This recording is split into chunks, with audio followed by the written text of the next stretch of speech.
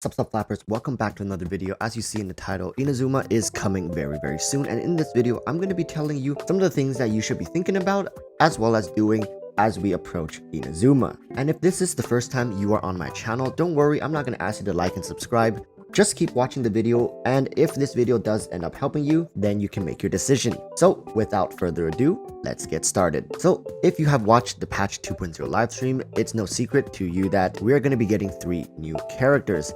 And one of the resources that we are likely gonna be able to carry onwards into Inazuma should be Mora and Exp Books. So it is advised that if you do have extra resin left over from farming other materials, and if you don't know what you should really be doing with the excessive resin that you have, likely burning them into Mora and Exp Books will be one of, if not the best way to use this resource, especially since we're going to be getting 2 new artifact sets. So I'd imagine a lot of people are actually waiting to farm those. And also, we don't really know a lot of the details to the characters and their essential materials. Yeah, we have no idea. No idea. Ultimately, Mora and Exp Books are universal, so you can never really overcap on these, and hoarding them eventually always does pay off in the long run. Now, with that said, there's also something else that I do want you all to know, and that is avoid using the interactive maps. I know some people just want to get in there, get all the achievements, but it is a mistake. If you ask any veteran players, almost all of them will tell you if they have blasted through the original content back in 1.0 and 1.1 using the interactive maps, they were quickly left with no other ways to explore and enjoy the game. I'm not telling you to never use it. I'm saying enjoy the game and go exploring as much as you can, because content is limited. If you really are struggling towards the end with just a few more goodies, then opening up the interactive map would be worthwhile, as if you are to be looking for that 1 or 2 last items or chest or whatever, chances are you are going to be more frustrated and it's going to be more of a repetition than it is fresh exploration. But if you just come right out of the gate using the interactive maps, you are essentially destroying months worth of essentially free content for yourself. But ultimately, of course, it's your choice. If you want to use interactive map, use it. The tool likely will be there, but just letting you all know, especially if you are newer players who weren't really around back in patch 1.0 and you joined recently, you don't know how bad content drought can get. So it's best to save some of these things for future enjoyment. Now, moving onwards, I do want to also let you guys know that Inazuma content likely does not end with just patch 2.0 and will continue into patch 2.1. So withholding some resources such as your fragile resin and primo gems if you can would be wise.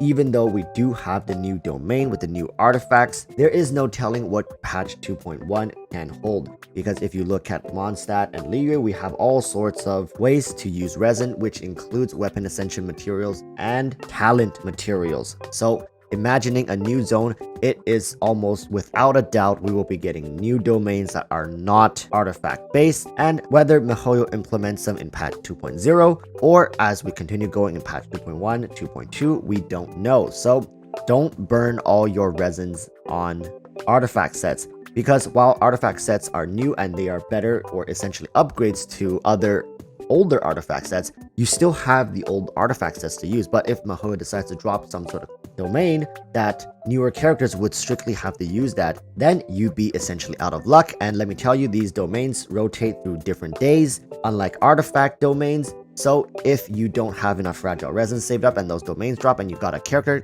guess what? Likely you won't be able to get everything in one day, and then you have to wait for 2-3 days later before you can even actually get the character up to that level. So I always urge you, new domains for artifacts, just don't use your fragile resins. And of course, newer characters are coming, so if you can, hold on to that primo gems, because we'll talk a little bit about this new character potentially a little later. So regardless of what motives you have to play Genshin, it cannot be denied that characters are a huge factor to most people. 3 new characters are coming in patch 2.0 with a ton more teased during the 2.0 livestream, so be prepared for more info regarding future patches. Now, this is something that will likely happen towards the end, just like patch 2.0 livestream, patch 2.1 livestream, but of course there are other avenues of information, so be on the lookout and don't get sucked into the hype and just burn everything. in the first week of patch 2.0. Because let me tell you, the Electro Archon is coming. It's just a matter of when. Patch 2.1 could be a stabilization patch where miHoYo introduces features and content which can help carry the game forward for many patches to come.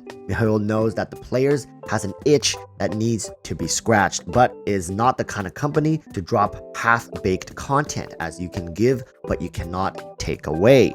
It's better to make us wait a long time than drop something really good rather than to drop something bad in a short period of time. Now, when I say this, I do not mean events, because in Genshin Impact, events are always temporary, but I'm talking about something that's more concrete, such as the teapot feature. So after miHoYo dropped the teapot, and they can't just uproot it and be like, oh, you know, it's not working, we're gonna take it away.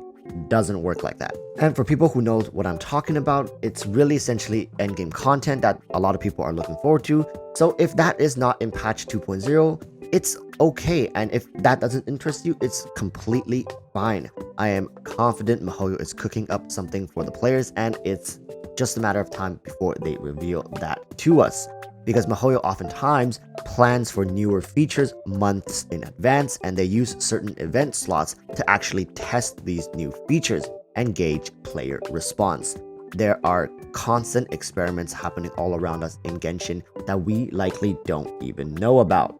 Think of the entire world of Teyvat as miHoYo's giant sandbox, and we are just travelers who happen to be playing within their sandbox. miHoYo can choose when and where to test certain features, and we as travelers within their sandbox essentially are guinea pigs and likely don't even know about it. So don't stress too much about this stuff. Just enjoy patch 2.0 for what it has to offer, and I'm sure if you just let yourself get lost in the world, have the background music playing, and go on to exploring completely blind into the zone, you're gonna have the most fun arguably in years, because that is what Genshin Impact is all about. Now, with that said, thank you all for watching. So if you are new, have you made up your decision yet? Do you think this video is worth a like, or maybe the channel is worth a subscribe? I don't know. You tell me. If you think I did poorly, please comment below on what you think I could improve on, so in the future I can make better content for everyone that's watching. Once again, I thank you all for watching. So until tomorrow's video, I urge you all to stay safe and peace.